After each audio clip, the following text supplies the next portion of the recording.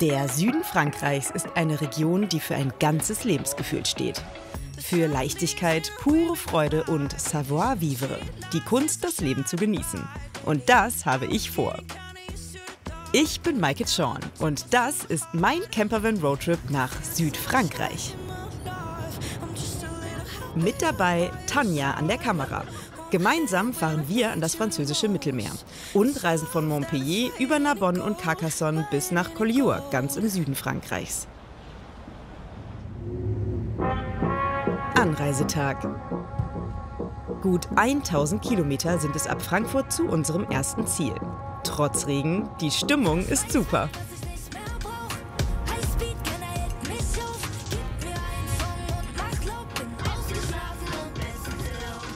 Ja, mein erstes Mal Frankreich. Ich hatte mir das Wetter ein bisschen besser vorgestellt, aber das macht nichts. Wir fahren jetzt straight Richtung Meer. Wir sind gleich da. Wie heißt der Ort, Tanja? Frontillon. Frontillon wird mein Ziel sein. In Frankreich wird eine Autobahngebühr fällig. Das bedeutet, beim Auffahren Ticket ziehen, beim Abfahren bezahlen. Das läppert sich bis in den Süden. Ich könnte jetzt hier so auch quer fahren, gell? Was mich neben den Straßenverhältnissen noch so erwartet? Keine Ahnung, denn das hat alles Tanja organisiert. Jeder Tag, jede Begegnung, alles wird eine Überraschung für mich. Aber ich wünsche mir natürlich das ein oder andere. Also nachdem ich ja jetzt wieder unfassbar lange gesessen habe, was mir immer nicht so beliebt, freue ich mich auf sehr viel Bewegung. Am Wasser, im Wasser, keine Ahnung, was kann man hier machen? Kajak fahren vielleicht, ein bisschen schwimmen. Kann man hier surfen irgendwo, das wäre schön. Wandern, spazieren, vielleicht gehe ich sogar mal joggen. Also darauf freue ich mich auf jeden Fall. Und du? Ja, ich freue mich auf französisches Essen, französischen Wein und Savoir-vivre. Ja, Leben finde ich auch okay. Wie schön ist das hier bitte? Unser Reiseziel befindet sich ganz im Südwesten Frankreichs, einer Region, die sich seit 2016 l'Occitanie, Okzitanien nennt. Und wir sind direkt zwischen Meer- und Seenlandschaft. Hier, was ich hier. Ja, L'Étang Maris, genau. Also ist ein 5-Sterne-Campingplatz. Ich hoffe, der taugt was. Ja, wollen wir mal auf? Ankunft am ersten Campingplatz in Frontignan. Jetzt kann die Reise so richtig losgehen. Angekommen! Wir sind da. Wir sind da. Und ich glaube, dahinter ist das Meer, oder? Gehen wir hin? Gehen wir hin? Wir müssen ans Meer. Von mir aus? Ja. Hoppala. Ritual bei jedem Campertrip. Ist Meer in der Nähe, muss ich immer sofort ans Wasser. Irgendwie kann ich es einfach nie erwarten, den Wind und die Wellen zu spüren. Cool. So kann von mir aus ab jetzt jeder Abend ausklingen.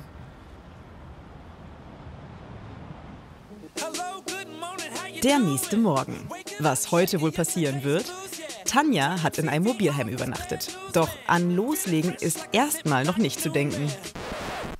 Also ich kann hier oben eine Wasserpumpe anstellen, dann leuchtet's, die ist also an. Ich habe hier auch einen tollen Wasserhahn in meiner Küche, aber es passiert genau gar nichts. Keine Pumpe geht an, kein Wasser kommt raus. Und ja, ich habe es vorher eingefüllt. Es ist also im Tank. Aber es kommt nichts. Hier im Bad habe ich ja auch einen Wasserhahn. Wunderschön ein Klappwaschbecken hier mit Hahn. Passiert genau das Gleiche, nämlich nichts. Also rufe ich mal die Freunde an der Kundenhotline an, die ich hier habe. Ich wollte nämlich eigentlich gerne zumindest hier drin Kaffee kochen können. Unser Camper ist gemietet und der Verleiher bietet einen kostenlosen telefonischen Pannenservice an. Bei mir kommt kein Wasser aus dem Hahn. Auch wenn, also die Wasserpumpe habe ich eingeschaltet, aber es kommt nichts raus. Es ist Wasser drin, Wasserpumpe. Die Wasserpumpe? Nein. Es beginnt eine Odyssee durch den Camper, in deren Verlauf ich immer wieder hier was überprüfen, dort etwas drücken oder zusammenstecken muss. Die Fehlersuche zieht sich. Genau.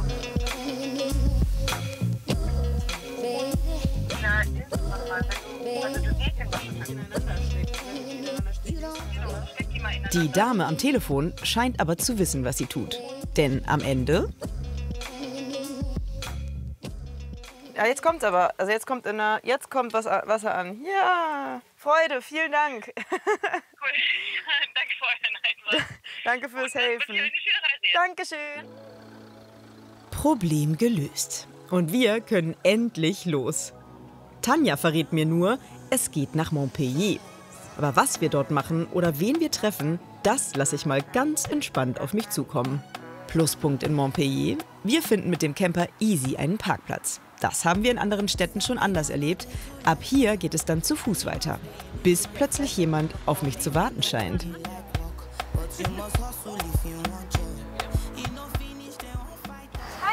Hallo. Bonjour. I was like, she's looking at us. Ich dachte mir, die schaut uns an. Bestimmt sind wir mit ihr verabredet. Ja, ich bin eure Stadtführerin heute. Awesome. What's your name? Ocean, Ocean. Oh, beautiful. nice to meet you. Nice to meet you too. So we are going to Also have a schauen wir look uns at heute Montpellier an? Ja, Let's go. Dann los! Oh, ich möchte auch heißen wie das Meer. Können wir mich umbenennen? Montpellier ist schon auf den ersten Blick eine wunderschöne Stadt. Ich bin gespannt, was Ocean mir heute zeigen wird und wer sie überhaupt ist.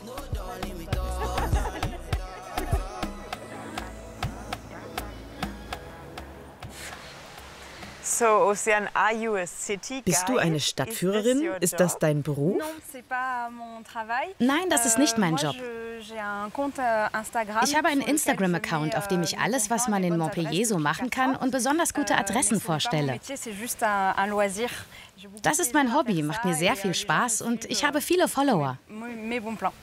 We love Montpellier. Yes.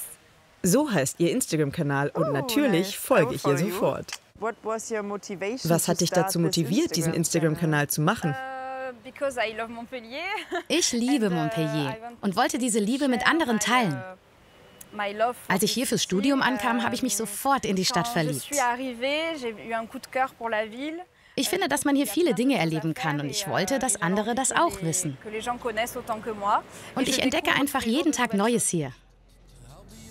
Leider wird das Wetter schlechter und Ocean hat sich schnell was anderes angezogen.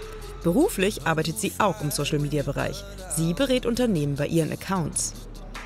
There are so many options. Hier gibt es so viele Optionen. Ja, If you want to try them Wenn du all, die this alle will durchprobieren take willst, dauert es probably bestimmt 3 3 Jahre. Il y a souvent es gibt zudem immer was Neues. Restaurants schließen und andere machen neu auf. Man ist nie fertig damit. On n'a jamais fini de tout faire.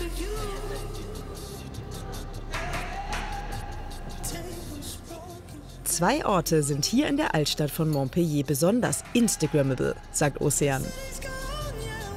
Die Rue de la Fontaine und diese bunte Treppe. Auch der Place de la Comédie ist ein echtes Highlight.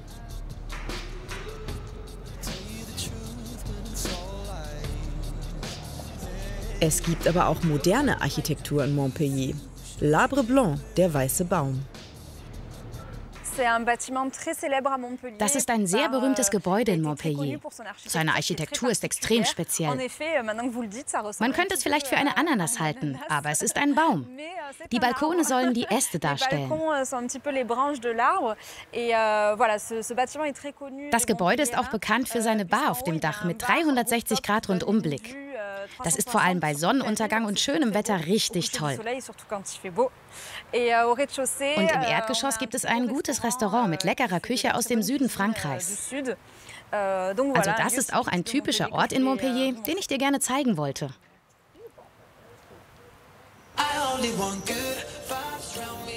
Auch ein moderner Ort, aber ganz anders ist der Marché du Lez. Auf halbem Weg zwischen Altstadt und Strand gibt es hier unzählige Bars, Restaurants, Foodtrucks, Klamottenläden und vieles mehr. Einer von Oceans absoluten Lieblingsplätzen, erzählt sie uns.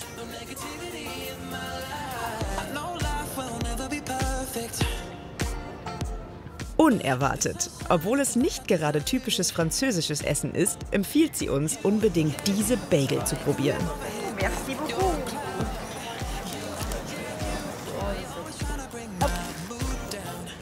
Bon Appetit.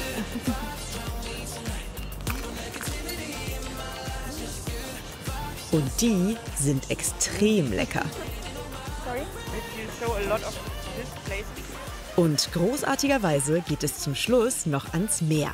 Und zu einer Besonderheit in dieser Region. Eine Paillote ist eine Strandbar mit Restaurant und einem Außenbereich mit Strandzugang. Ziemlich schön. How do you say cheers Wie in sagt man French? Prost auf Französisch? Chin. Chin, chin, chin. Chin. Oh, this is sweet. Oh, das hier ist sehr süß. Schmeckt sehr gut. But do you have time Hast du in your Zeit in deinem regular normalen life Leben, here die to Schönheit dieser enjoy Region this zu beauty genießen? of this area? Oui, je pense qu'on Ja, en ich denke, profite dass wir quand hier même auch davon du profitieren. travail, mais, une fois que Wir le travail arbeiten, est aber wenn die terminé, Arbeit on veut getan profiter ist, de notre dann wollen wir unsere environnement. Umgebung besonders genießen, vor allem bei schönem Wetter. Je pense que oui, on Wir nutzen es vielleicht nicht so oft aus, aber wenn, dann genießen wir es sehr. Darauf trinken wir. Aufs Genießen. Ach, viel zu schnell ist dieser erste wunderschöne Tag in Frankreich zu Ende gegangen. Ein Herz für diesen wunderschönen Tag in Montpellier. Und ich freue mich auf morgen. Gute Nacht. Morgenstimmung im Camper. Das ist das Schöne, man ist direkt in der Natur.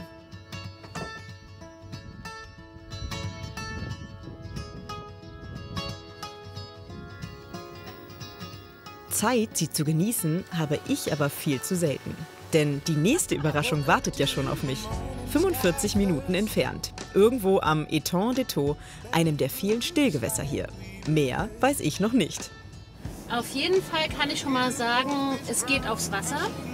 Aha, aufs Wasser, Aha, aufs Wasser, aufs Wasser. Das magst du doch, oder? Ja. Ja. Unser Ziel ist offenbar das Hafengebiet von Mèze. Vor einem der Gebäude werde ich eingewunken. Was wir hier wohl machen werden? So langsam habe ich vielleicht eine Ahnung. Bonjour. Salut, salut. Ça va bien, ça va? Ça va, merci. Vous avez fait bonne route? Comment dire, fait bonne route? I just can say, je Ich kann nur sagen, ich heiße Maike. Wer seid ihr? Hello, salut. Also, wir sind Quentin. und Emeline und Kuckuck. So, I'm reading oysters. Ich lese and beer. Austern und Bier. So, oysters, Austern? Tanja. Ja. Aha. Ja. Aha. Ja. Erste Voraussetzung für das, was wir vorhaben: Gummistiefel. Und dann geht es dahin, wo ich am liebsten bin: aufs Wasser. Mit dabei Praktikantin Julie. Sie spricht Englisch und kann übersetzen. Quentin erzählt, dass dies hier einer der größten Muschelhafen im Mittelmeer ist.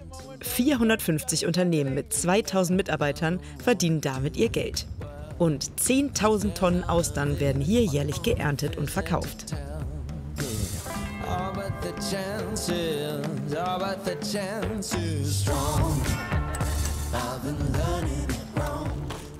Diese Austern sind verzehrfertig und wir nehmen sie mit zur Degustation, wo Emeline auf uns wartet, um sie für uns zuzubereiten. Zuerst aber will Quentin mir zeigen, wie die Austern an Seilen wachsen.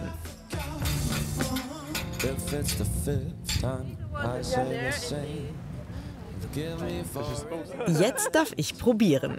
Frische Austern direkt aus dem Meer. Ich habe schon mal welche gegessen, die mochte ich allerdings nicht so. So, how do I do it? Wie mache ich das jetzt? Alors attends, je te coupe le Warte, ich muscle. zerschneide dir noch den Muskel. And then just like, Voilà. Tiens. Bonne chance. Hein. Viel Glück. okay.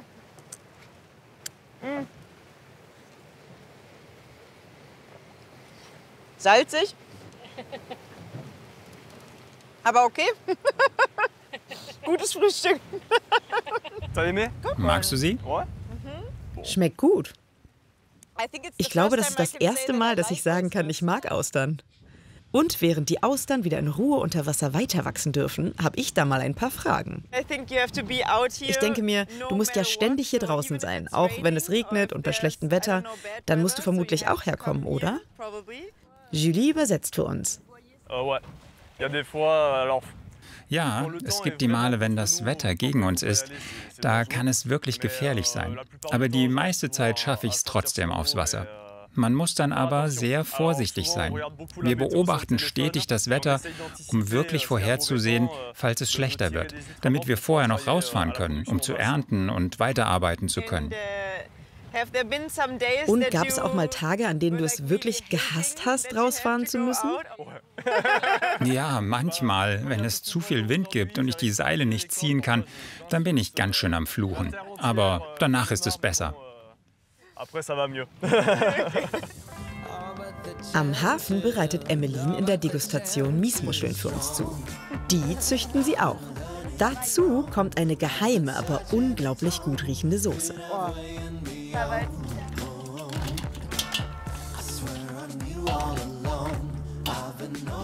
Das Highlight aber sind natürlich die Austern. Lala. Wow. Die Degustation ist kein Restaurant. Emmeline und Quentin dürfen hier nur ihre eigenen Produkte anbieten. Beilagen wie Pommes oder Salat gibt es hier nicht. Bon Appetit. C'est magnifique. Das Gelände der Degustation haben sie letztes Jahr gekauft. Und das meiste selber ausgebaut. Aber wie hat das alles eigentlich angefangen? Wie habt ihr euch eigentlich kennengelernt? 2015, 2016? Das ist jetzt 7 Jahre her. Die Zeit vergeht so schnell. Tatsächlich war ich gerade nach Frankreich zurückgekehrt. Ich war in Neukaledonien und habe dort Reitunterricht genommen. Wieder zurück habe ich mich bei einer Dating-App angemeldet. Und da traf ich Quentin. Witzigerweise komme ich direkt aus seinem Nachbarort. 10 Minuten mit dem Auto. Aber vorher haben wir uns noch nie getroffen. Dann natürlich schon. An meinem 30. Geburtstag hat er dann um meine Hand angehalten und wir wollten letztes Jahr heiraten. Aber dann hatten wir die Degustation neu und haben alles selbst gemacht hier. Und dann hatten wir auch kein Budget mehr für die Hochzeit. Was sind eure Ziele für die nächsten Jahre? Welche Pläne habt ihr so?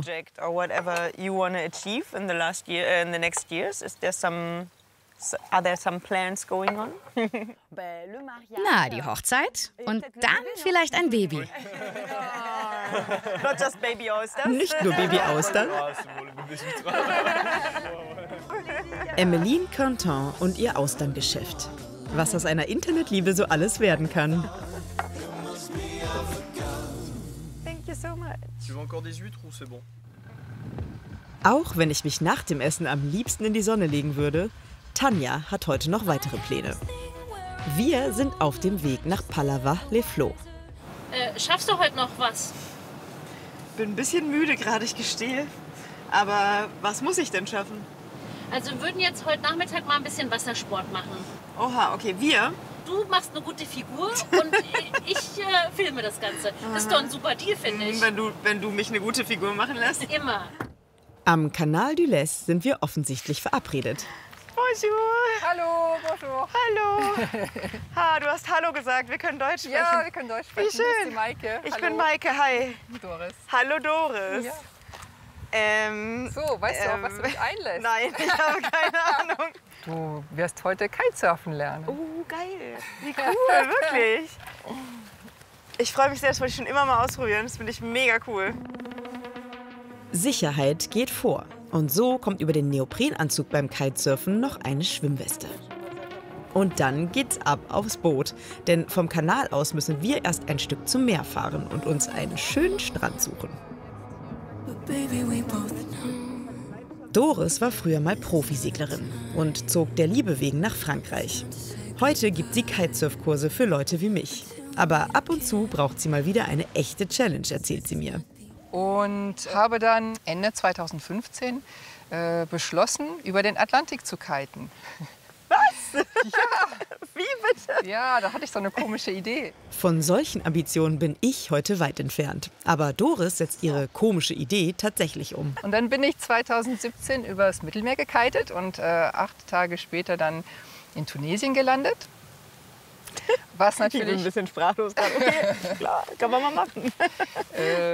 war ein super Abenteuer. Ich finde gerade die Schnüre noch abenteuerlich, die mich mit dem Kite verbinden werden. Und wie genau ich den dann lenken soll, ist mir auch noch nicht ganz klar. Über den Trapezgurt verbunden. Und wahrscheinlich auch nicht so ruckartig, ne? Genau, ganz vorsichtig. Du wirst gleich merken, du hast vor allen Dingen einen ganz kleinen Kite und es hat ein bisschen Wind. Eine kleine Bewegung und ich grüße noch alle, die mich kennen. War schön mit euch. Ich bin doch mal weg. Statt große Sprünge machen, heißt es heute eher kleine Schritte für mich. Doris dagegen kann es nicht weit genug sein. Ja, das liebe ich. Dann wirklich aufs Wasser zu gehen und einfach nur kiten und Downwind und Wellen reiten und dann an einem Punkt loskiten und dann irgendwann mal später, 100 Kilometer später, irgendwo ankommen. Also das liebe ich. Das habe ich dann auch in Brasilien über 600 Kilometer lang gemacht. Und also, du hast dann ein Verpflegungsboot oder irgendwas? Oder wie genau. Du kitest durch, du schläfst nicht? Du schläfst oder wie machst du das? Also, nee, bei der Mittelmeerüberquerung war dann ein Begleitboot dabei und dann nachts bin ich auf das Begleitboot und habe dann da geschlafen. Das Begleitboot hat versucht, den Stand zu halten und am nächsten Tag dann sind wir wieder vom gleichen Punkt losgekitet.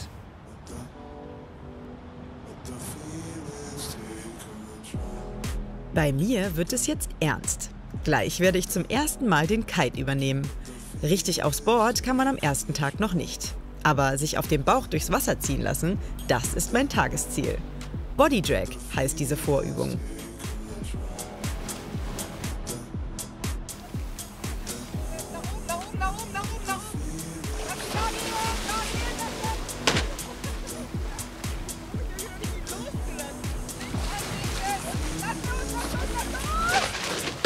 Ich gebe zu, das tat etwas weh und frustriert auch ein bisschen, aber aufgeben ist keine Option.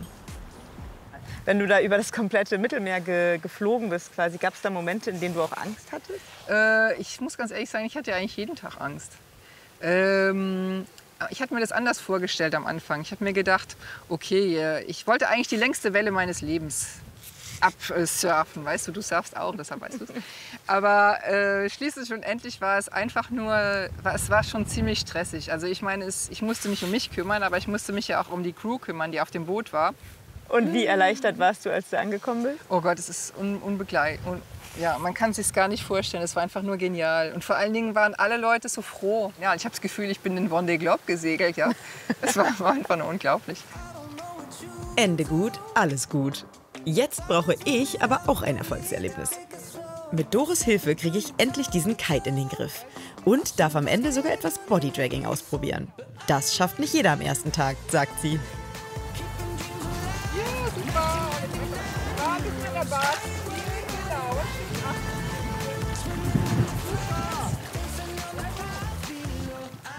Juhu! Auch wenn es noch keine Luftakrobatik war, ich bin happy. Doris verfolgt aber noch ganz andere Ziele mit ihrer Wassersportschule.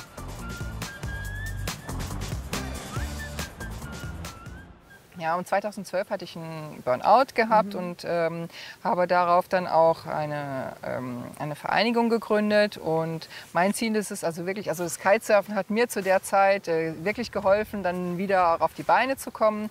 Und das möchte ich jetzt einfach mal anderen Menschen auch anderen Menschen dabei auch dann helfen. Das heißt mit Segeln oder anderen Wassersportarten wie Kitesurfen, Wingfoilen. Einfach Leuten helfen, dass es ihnen wieder besser geht, dass man irgendwie Depressionen oder Burnout überwindet oder andere Krankheiten, wie zum Beispiel Essstörungen.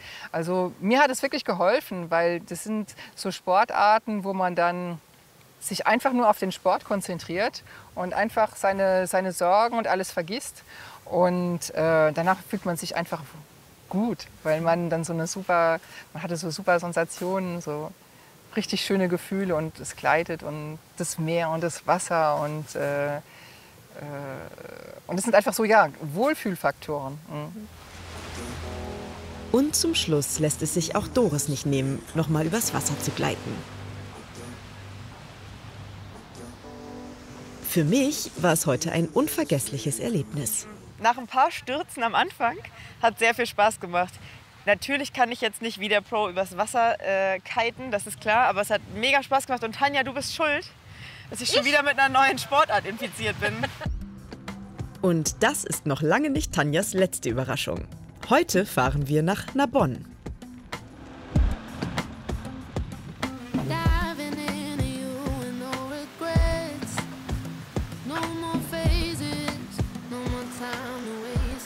Irgendwo da vorne soll jemand auf mich warten.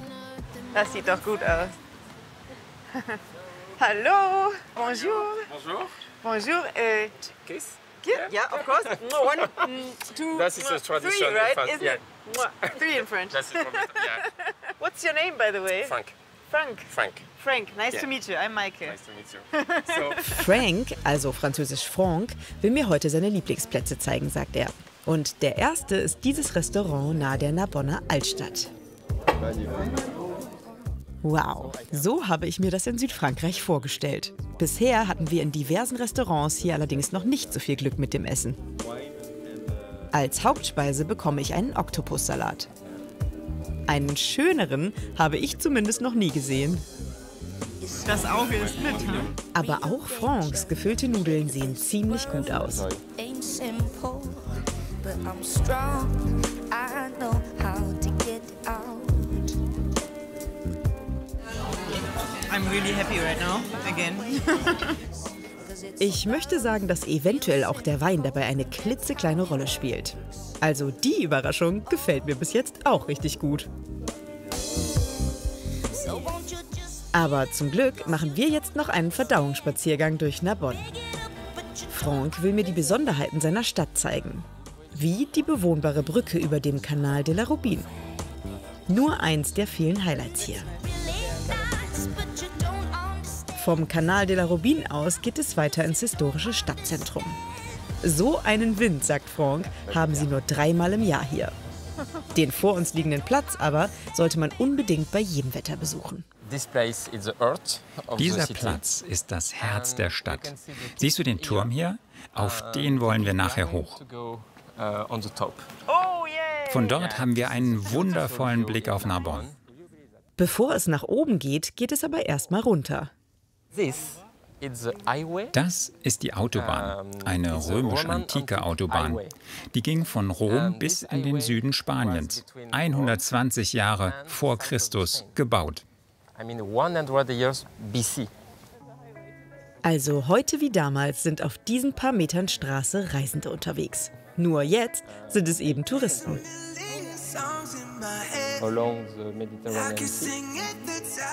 In diesem Palast lebten einst die Erzbischöfe von Narbonne. Alles strahlt hier noch Macht und Reichtum aus. Ein bisschen hat man das Gefühl, in einer Filmkulisse zu stehen.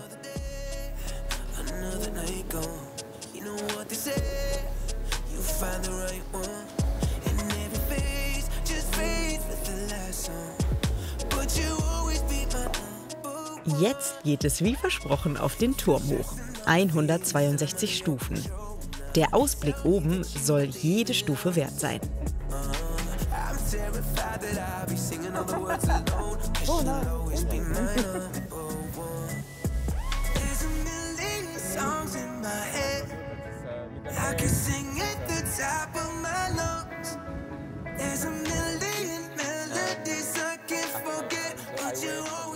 Franck ist hier aufgewachsen, erzählt er mir.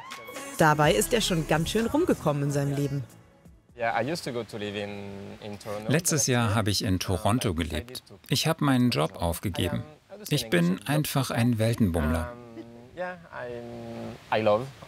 Ich mag es, fremde Orte und andere Menschen zu entdecken, zu wissen, was in der Welt so passiert.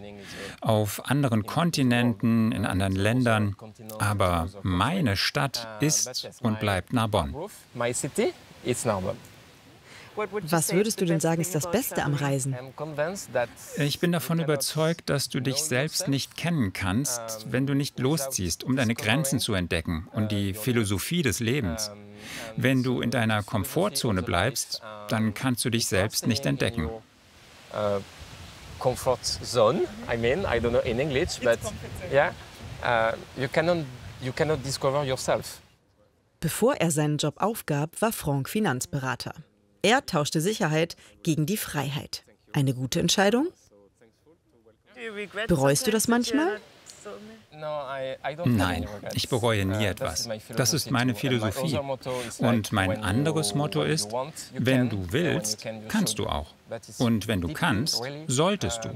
Das ist wirklich meine tiefste Überzeugung. Und wegen der Bank bereue ich nichts. Ich habe so viel gelernt seitdem. Ich habe so viele Menschen getroffen. Ich habe immer noch Kontakt zu meinen Ex-Kollegen. Man sollte einfach nie etwas bereuen. We don't have to have any regrets. Aber von irgendetwas muss man ja leben. Und das will er mir jetzt zeigen. Hier am Canal de la Robine.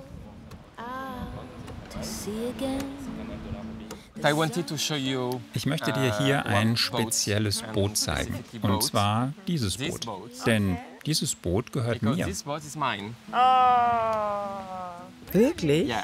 Ja, das Boot gehört mir und ich muss dir sagen, dein Hotel für heute Nacht ist dieses Boot. Oh, wirklich? Oh no, really? This is yours. Das ist deins? Dann bist du ein Kapitän? Ja, mein Beruf ist jetzt Kapitän. Jetzt ergibt alles einen Sinn. Ausnahmsweise werde ich dann heute wohl mal nicht im Camper übernachten. I'm like speechless at the moment. Ich bin gerade sprachlos. Wow.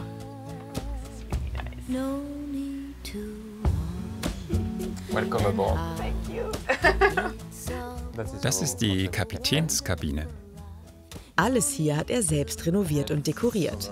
Und viele der Gegenstände aus den Ländern mitgebracht, die er bereist hat, wie Chile oder Mexiko. Von der Vermietung des Bootes kann man ganz gut leben. Aber darauf kommt es Franck gar nicht an. Mir ist es am wichtigsten, glücklich zu sein. Vielleicht brauche ich dafür ein neues Boot. Vielleicht muss ich mein Geschäft weiterentwickeln. Oder alles bleibt, wie es ist. Ich bin nicht daran interessiert, viel Geld zu verdienen. Ich will einfach nur glücklich sein. Und dass wir heute hier übernachten dürfen, macht wiederum uns sehr glücklich.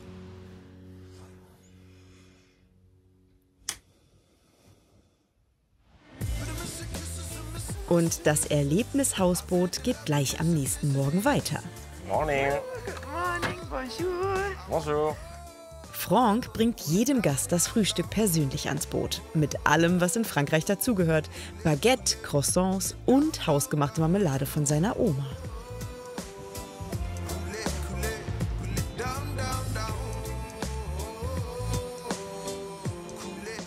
Zu schade, dass wir Narbonne heute noch verlassen müssen. Irgendwann komme ich wieder, aber dann definitiv mit mehr Zeit. Doch ich bin mir sicher, auch heute warten wieder schöne Dinge auf mich. Tanja sagt, wir fahren nach Carcassonne. Noch so eine historisch bedeutsame Stadt in Frankreich. Diese alten Mauern umschließen die mittelalterliche Festung La Cité. Sehr touristisch hier, sehr kommerziell, aber ich finde, das muss man mal gesehen haben.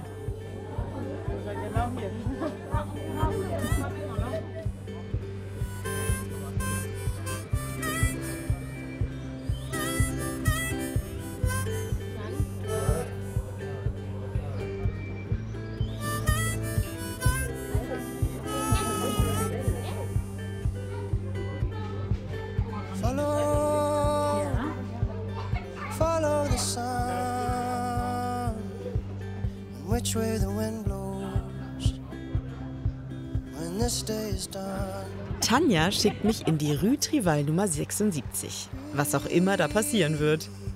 Da hängt ein Fahrrad über dem Laden. Sag bloß, wir fahren heute Fahrrad. Bin ich hier richtig? Bonjour.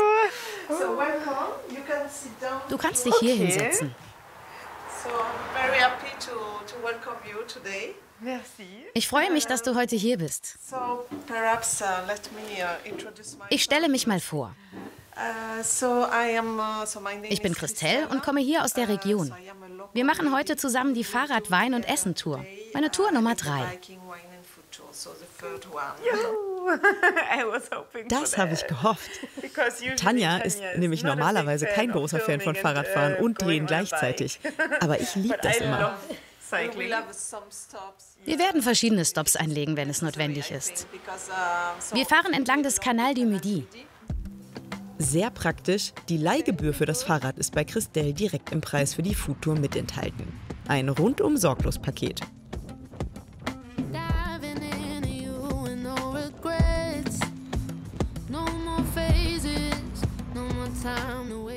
Die Strecke geht größtenteils immer entlang des legendären Canal du Midi.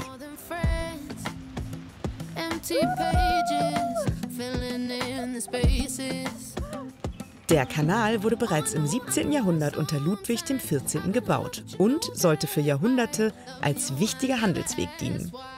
Seit knapp 100 Jahren wird er aber nur noch touristisch genutzt, erklärt mir Christelle unterwegs.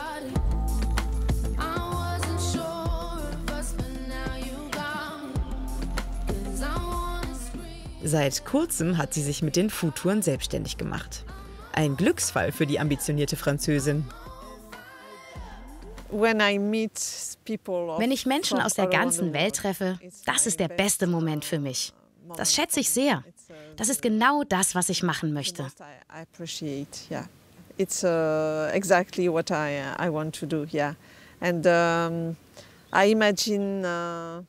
Ich habe bereits Ideen, was ich noch alles in diese Richtung machen könnte. Nicht nur in Carcassonne, vielleicht in ganz Frankreich. Ich weiß noch nicht. Not especially in Carcassonne, but perhaps in France, I don't know. Noch diese Brücke und wir verlassen den Canal du Midi.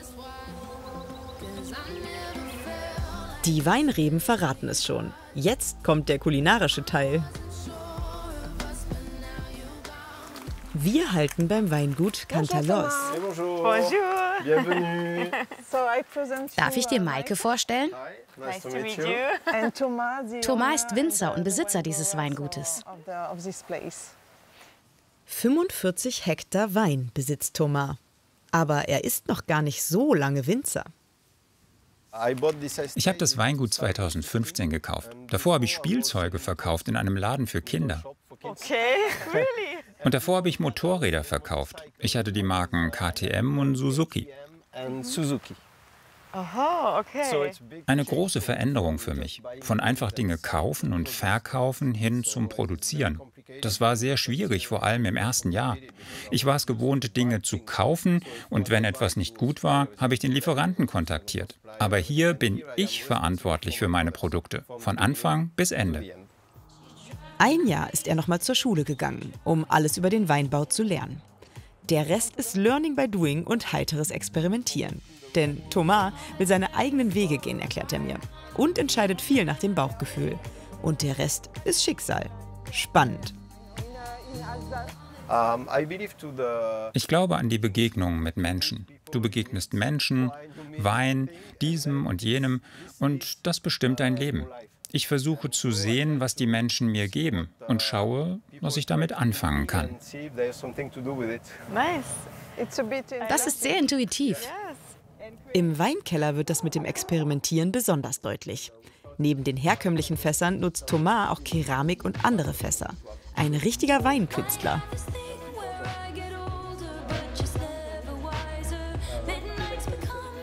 Heraus kommen kreative Weine, die der Star Wars-Fan auch kreativ in Szene setzt.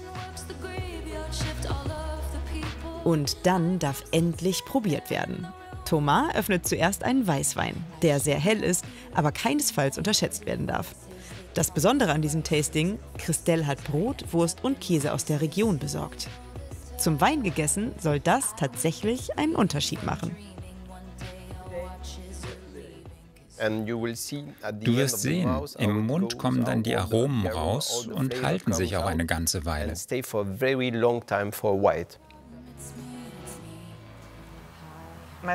Mein erster französischer Käse übrigens.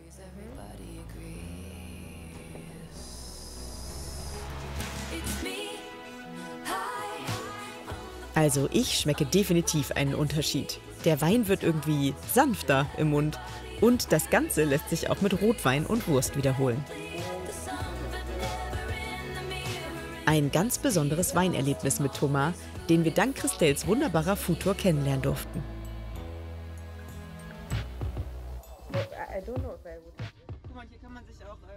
Heute steht mal wieder ein Campingplatzwechsel an. Der letzte auf dieser Reise. Dieses Mal sind wir in Argelès-sur-Mer, kurz vor der spanischen Grenze. Und ich darf mir meinen Stellplatz selbst aussuchen, heißt es.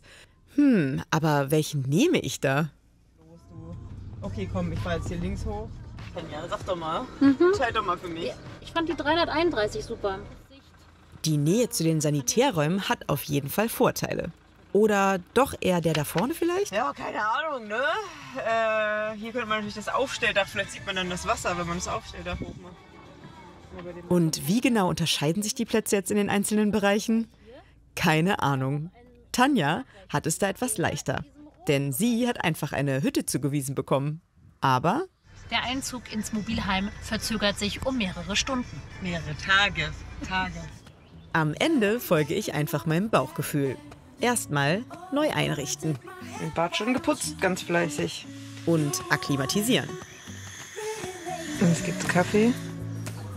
Und vor allem die Batterien wieder aufladen. Denn morgen steht uns nochmal ein langer Tag bevor, den wir ausnahmsweise mal gemeinsam geplant haben.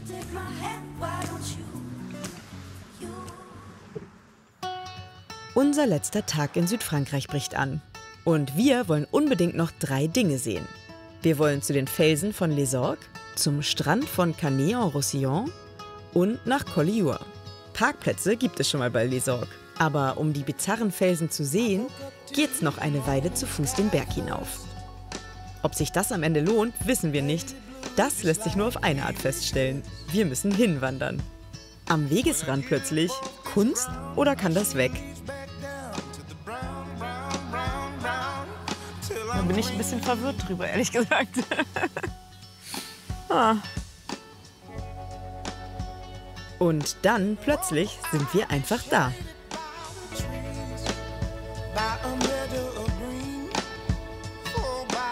Kurios, was hier aus Sand und Lehm entstanden ist. Ich bin richtig sprachlos gerade. Ich finde es total faszinierend, was die Natur hier einfach so hingestellt hat. Und das verändert sich ja scheinbar auch stetig. Ich finde es wunderschön. All mein Mimimi mit, ich habe eigentlich gar keine Lust auf so einen Ausflug. Hinüber, was hat sich auf jeden Fall gelohnt. Ich finde es richtig toll. Wahnsinn. On the road again. Wieder Richtung Meer. Der Strand von Canet-en-Roussillon soll unter den vielen Schönen ein ganz besonders schöner sein. Guck mal doch mal, was der kann. Leider ist das Wetter sehr bescheiden gerade, aber der Strand beeindruckt mich trotzdem. Mit seiner Weite und seinem ganz feinen Sand. Und ich mag das Meer ja egal bei welchem Wetter.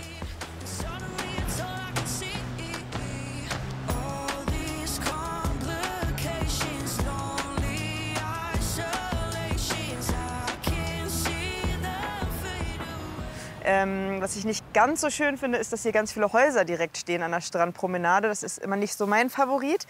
Aber gut finde ich, dass es hier ganz viele Strandbars gibt.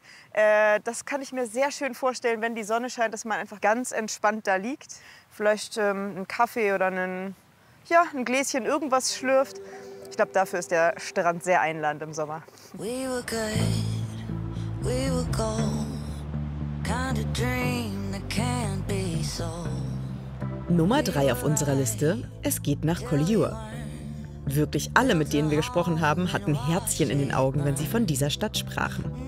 Mal sehen, ob sie auch bei dem heutigen Wetter glänzen kann.